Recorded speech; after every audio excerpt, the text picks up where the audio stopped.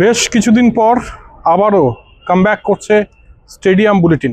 আপনাদের প্রিয় show stadium bulletin আবারও ফিরতে চলেছে কলকাতা টিভি ডিজিটালে। আমি জয়জ্যোতি রয়েছে আপনাদের সঙ্গে।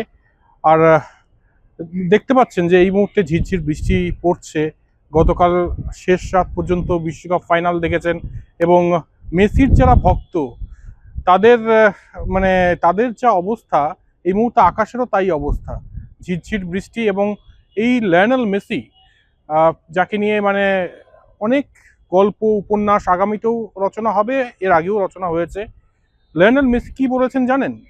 লিওনেল মেসি তিনি বলছেন যে আমাদের যে এতদিনের ফুটবল প্রদর্শন, মানে যে ফুটবলটা আমরা খেলেছি বিশ্বকাপ ফাইনালের জন্য, সেটা কিন্তু ভুলে যাবেন না।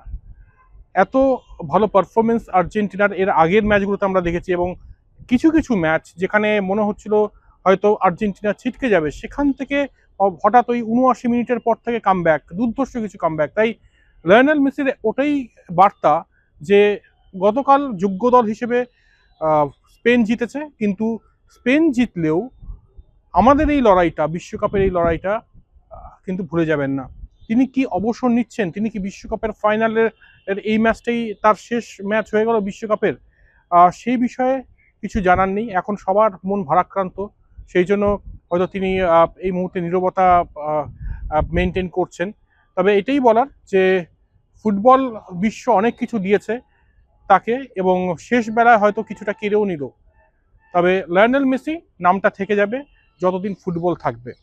এবার একটু বলে রাখি যে কারা কারা মানে কি কি ক্যাটাগরিতে কি কি পুরস্কার পেয়েছেন। প্রথমেই আসবো কিলিয়ান এমবাপ্পে, দুর্ধর্ষ ফুটবলার, নতুন করে বলার কিচ্ছু নেই।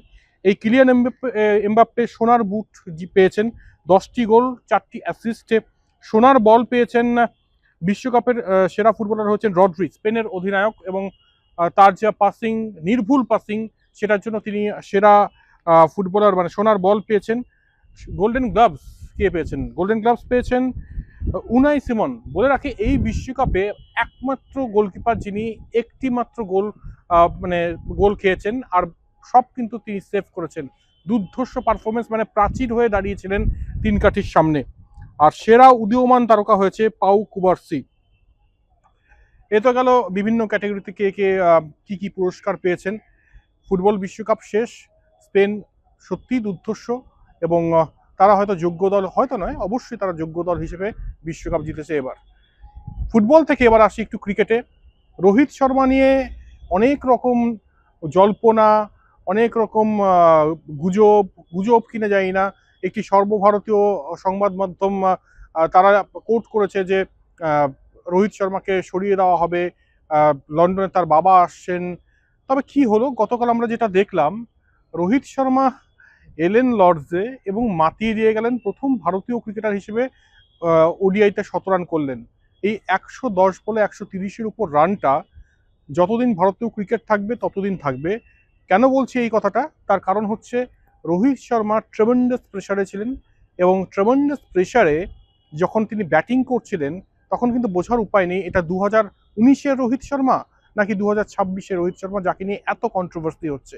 আমার সব থেকে ভালো লেগেছে একটা দৃশ্য, রোহিত শর্মা ১৭ রান করলেন, বিরাট কোহলি তাকে আলিঙ্গন করলেন এবং লর্ডস বেলকনিতে দাঁড়িয়ে গৌতম গম্ভীর করতালি দিয়ে অভিবাদন জানাচ্ছেন এই রোহিত শর্মা দ্য হিটম্যান শোকে, এবং নত জানু হয়ে প্রত্যেকে তার এই যে শো, হিটম্যান শো, সেটা কিন্তু একদম তারা উপভোগ করেছেন। আর ম্যাচ শেষে রোহিত শর্মা নিজে কি বলছেন?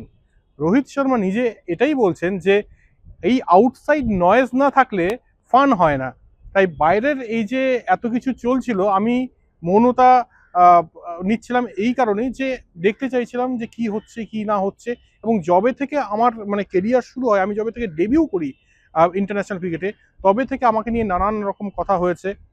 তবে এগুলো আমি এনজয় করি, আর একটু আউটসাইড নয়েজ না থাকলে বোধহয় মজাটাও হয় না।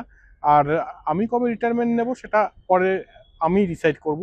আর একই সঙ্গে তিনি এটাও বলেছেন যে আমার ফোকাসটা শুধুমাত্র মাঠে, মাঠের বাইরে কি হচ্ছে সেটা মানে বাকি রিপোর্টার বা অন্যান্য যারা এই খবরটা লিক করেছেন তারা জানেন, কিন্তু আমার ফোকাসটা ওই সবুজ গালিচাতেই থাকবে।